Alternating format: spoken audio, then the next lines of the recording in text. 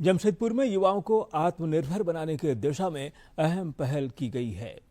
सूक्ष्म लघु एवं मध्यम उद्यम मंत्रालय की ओर से उद्यमिता सह कौशल विकास कार्यक्रम की शुरुआत की गई है, जिसमें युवाओं को तकनीकी प्रशिक्षण दिया जाएगा।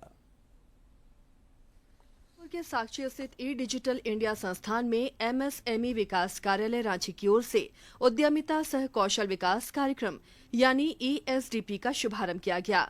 ये 6 सप्ताह का विशेष प्रशिक्षण कार्यक्रम है, जिसमें 25 प्रतिभागी भाग ले रहे हैं।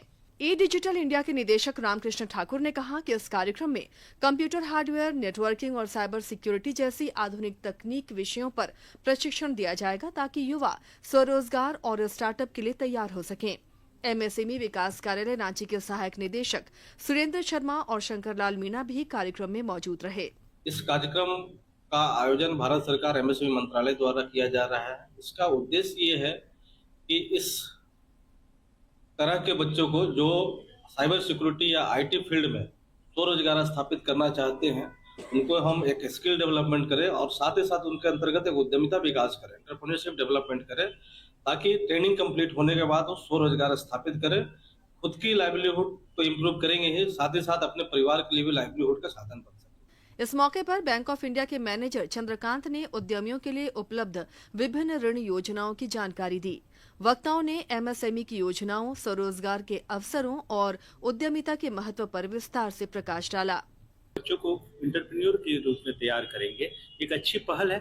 मैं आशा करता हूँ इस योजना के द्वारा हम अच्छे एंटरप्रेन्योर देश को दे सके, जो आगे के भविष्य में देश के उद्यम में अच्छा विकासशील होंगे।